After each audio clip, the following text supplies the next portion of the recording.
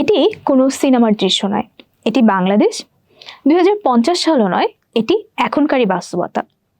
প্রতি বছর বাংলাদেশে বন্যায় লাখো ঘরবাড়ি ডুবছে, মানুষ বাস্তুহারা হচ্ছে, জলাবদ্ধতা বাড়ছে, সুন্দরবন ছোট হয়ে আসছে। অন্যদিকে বিজ্ঞানীরা বলছেন সবচেয়ে খারাপ সময়টা এখনো আসেনি। তাহলে প্রশ্ন হলো, এই সংকট ঠিক কতটা গভীর, আর এ সংকট মোকাবেলায় আমাদের করণীয়ই বা কি? আজকের ভিডিওতে আমরা সেটাই জানবো। শিল্প বিপ্লবের পর থেকে মানুষ কয়লা, তেল আর গ্যাস পুড়িয়ে আসছে। এতে বায়ুমণ্ডলে জমছে কার্বন ডাইঅক্সাইড, মিথেন সহ অন্যান্য গ্রিনহাউস গ্যাসগুলো। এই গ্যাসগুলো একটি চাদরের মতো পুরো পৃথিবীকে ঢেকে ফেলেছে, ফলে সূর্যের তাপ আটকে যাচ্ছে, যাকে বলা হয় গ্রিনহাউস ইফেক্ট। আর এর ফলেই পৃথিবী গরম হচ্ছে। পৃথিবীর তাপমাত্রা ইতিমধ্যে 1.1 ডিগ্রি সেলসিয়াস বেড়ে গেছে। শুনতে সামান্য মনে হচ্ছে, কিন্তু এই সামান্য পরিবর্তনই ডেকে আনছে মহাবিপর্যয়। এই তাপমাত্রা বৃদ্ধির ফলে পৃথিবীর মেরু অঞ্চলের বরফ গলে একদিকে সমুদ্রপৃষ্ঠের উচ্চতা বৃদ্ধি করছে, অন্যদিকে তাপমাত্রার ভারসাম্যও নষ্ট করছে।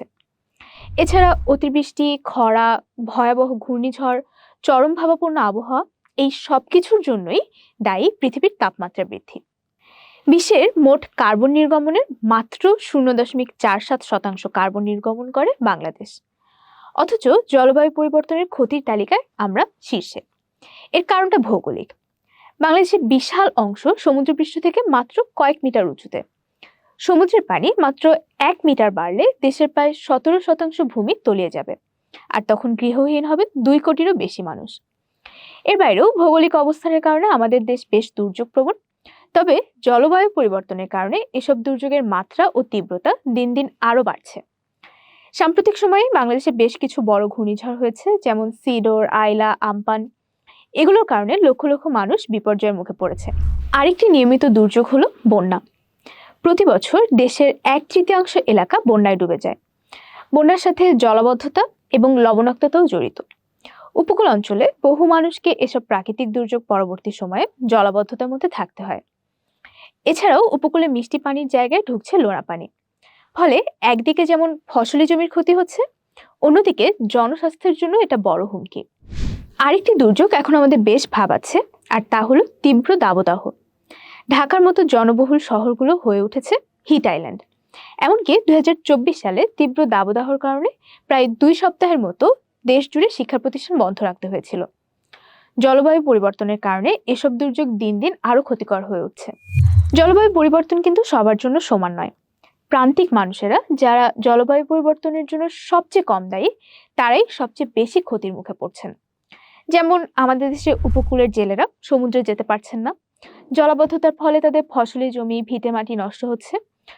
অন্যদিকে অতিবৃষ্টিতে হাওরের কৃষকের ফসল ডুবে যাচ্ছে, পাহাড়ে ভূমিধস কেড়ে নিচ্ছে অসংখ্য মানুষের জীবন, সেই সাথে ক্ষতি করছে জানমালের। আর ক্ষতির মুখে পড়া এই মানুষগুলো শহরে আসছেন, বস্তিতে ঠাঁই নিচ্ছেন, তৈরি হচ্ছে জলবায়ু শরণার্থী। এই সংকটের সমাধান একদিনে বা কারো একার পক্ষে কিন্তু সম্ভব নয়, তবে পরিকল্পিত ও সচেতন পদক্ষেপ পরিবর্তন আনতে পারে। একজন তরুণ হিসেবে আপনি কি করতে পারেন? জলবায়ু পরিবর্তন সম্পর্কে নির্ভরযোগ্য উৎস থেকে জানুন এবং সচেতনতা বৃদ্ধিতে কাজ করুন।